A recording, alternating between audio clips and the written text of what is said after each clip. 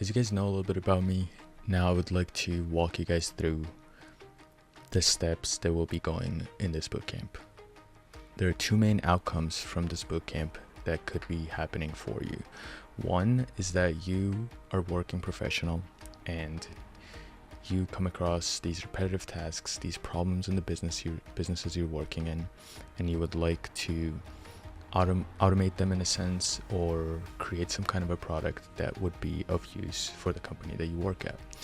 The outcome number two is that you, at this bootcamp, put your idea into reality and create an automation or an AI agent or a process, and then make a business out of it for yourself.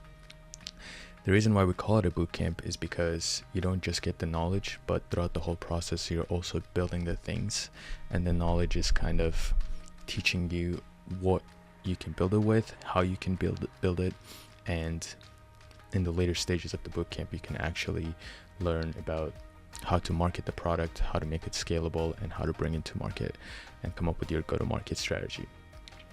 So there's two phases to the whole process, to the whole bootcamp. First one is months 1 through 3, so there's 3 months, and the second one is months 3 through 6. In the first 3 months, basically you will be learning how to create a prototype off of an idea that you come up with based on a pain point that you want to solve. And the next 3 months, the last 3 months of the bootcamp, you'll actually be making this into a product level implementation where you can make it scalable, secure, and easily distributable. As you can see here, the first 2 weeks kind of focus on what are the AI agents, what are automations, how to think about processes, how to think about systems. Most systems are inputs, the things that you give into it, and then there's processes that happen inside of it, kind of like the computation part of it, and then there's outputs based on those computations. And then in week 2, kind of, you'll be learning about case studies on what kind of simple systems exist out there right now, how to intake leads, how to automate order fulfillment, how to create a content pipeline. And you will have also mini projects and homeworks that go with these the first couple of weeks. And then you'll also be learning about workflow mapping tools and documentation, because those are very important when building a product or a tool. Your systems and your end products are only as good as your documentation, because every time you have to go back, you'll be wasting a lot of time if you don't have good documentation, good system block diagrams, and standards to kind of work off of. Once we go into actual part of starting building things, you will learn about low-code automation platforms. There's a couple out there. There's ones that are very no-code, but they're limited in its ability. You'll learn about connectors, triggers, actions, and scheduling. From the low-code automation platforms, Zapier and Make kind of are super easy, no code required at all. With N8N, you will need to know a little bit about coding part of it, which you will be taught at this bootcamp as well.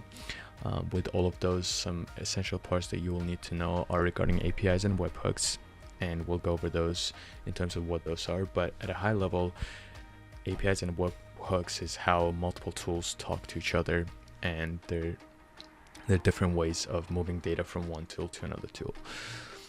And then in week 4, you'll learn about data formatting, how to move that data. So you have the APIs and webhooks, but in what format do you need to put it so that both tools understand it? How do you handle errors? How do you filter and conditional logic, which is your if statements for the most part. And then there's also triggers and multi-app automations, where you have branching logic of, all right, this tool does this, and then this tool does this after that, and this tool does after that, and in what conditions each of those tools need to do what, and for that you will need triggers. And as I said, whatever you come up with in the first phase of the bootcamp, in the first couple of weeks, is we will help you formulate your idea and break it down and organize it, so then we can go into building it in the later weeks. So all of these activities and deliverables and exercise, here we have example ones until you figure out what you want to do. But for the most part, this will be working on your idea, on your project, with myself and my teacher's assistant helping you along the way. And then in week 5, we'll dive into AIs in automation and how to use them effectively. Most of you probably know about ChatGPT, Gemini, and Claude, but we'll talk about those briefly, but show you what is under the hood. So you go in and you ask a question and it gives you an answer, but how does it do that? Kind of give a brief explanation of that, but also how do you handle token limits? How do you design your prompts? And how do you manipulate the LLMs to give you the answers that you want in a consistent and safe basis? And then we'll do a little bit of prompt engineering, but prompt engineering is something you will get good over time with practice, but we will give you a good starting point to get that practice in. And then in week 6, we will talk about AI APIs and integrations, and how do you integrate those? How do you find fine-tuned AIs? How do you fine-tune AIs to work for your specific use case, right? LLMs, ChatGPT, and others are pretty general, but if you want them for a specific use case with minimal error, in this part of the bootcamp, you will learn how to do that. And then we'll go a little bit into the RAGs, which are retrieval augmented generation models, and these are mostly for data and information handling.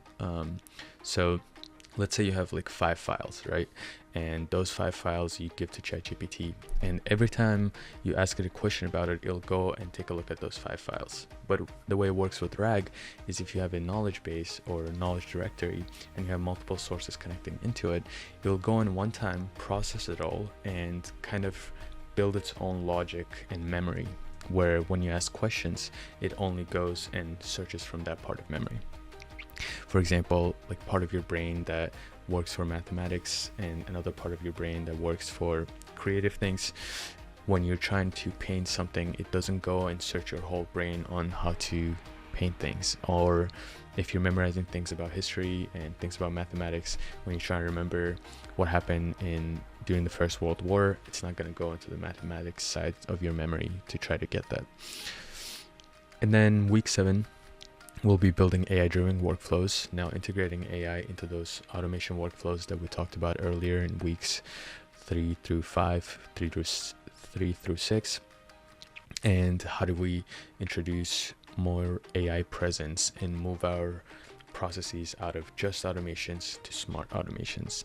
And with that, there will be a lot of error handling, logs, and logging and reliability that goes into it that we'll be working on. In week 8, we will go into chatbots and lead capture agents. And then in the future classes, or maybe in this one, we will talk about also voice agents and how to set those up. What are some tools you can use for easy to start, what you can do for prototyping. And after that, we'll go into deployment channels of how do you interact with your customers. So it can be through your website, it can be through WhatsApp, SMS, or email. And then we'll go ahead and for your tool, most likely figure out what is the best way to interact with your users. And then week 9 through 10, we'll have a prototyping sprint where now you have all the tools to kind of create a prototype of, all right, I have these inputs and I'm doing these processes and I want these outputs to give value to whoever is experiencing the pain point I'm trying to resolve.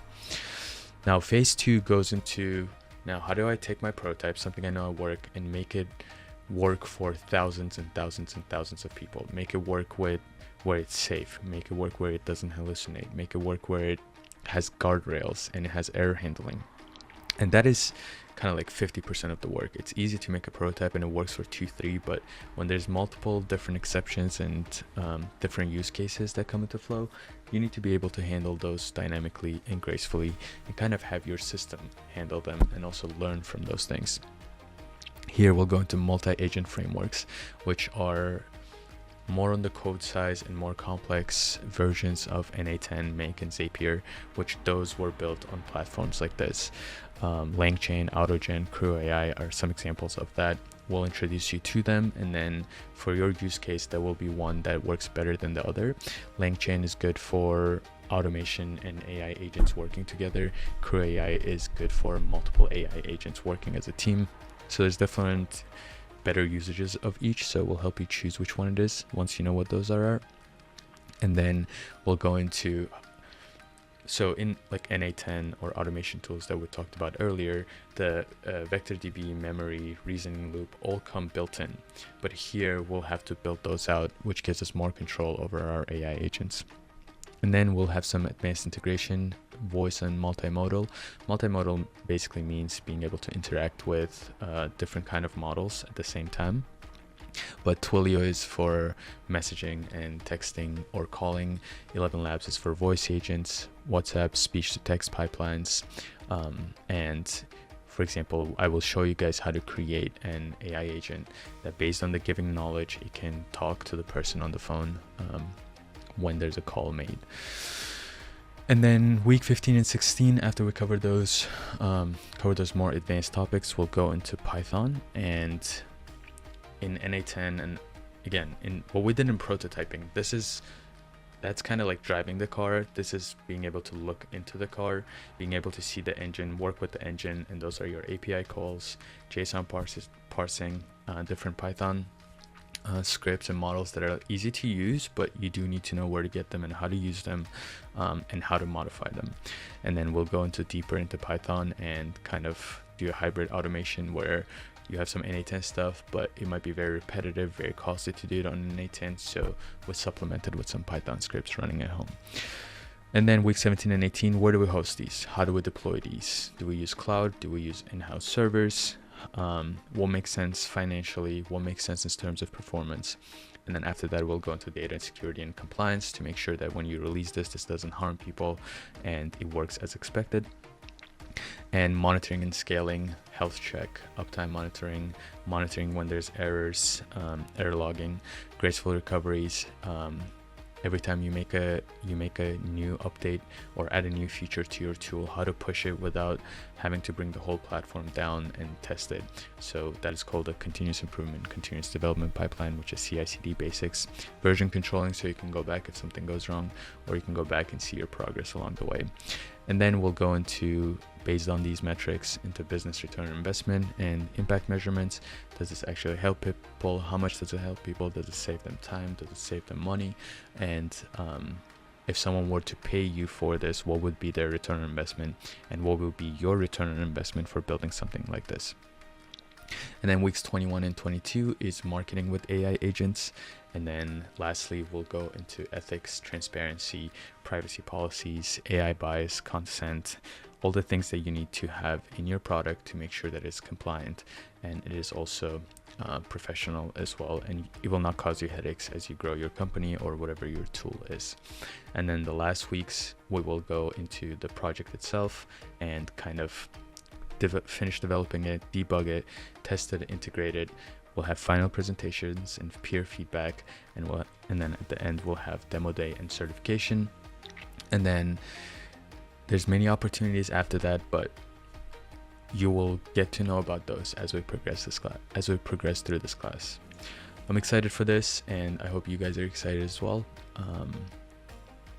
Thank you for watching.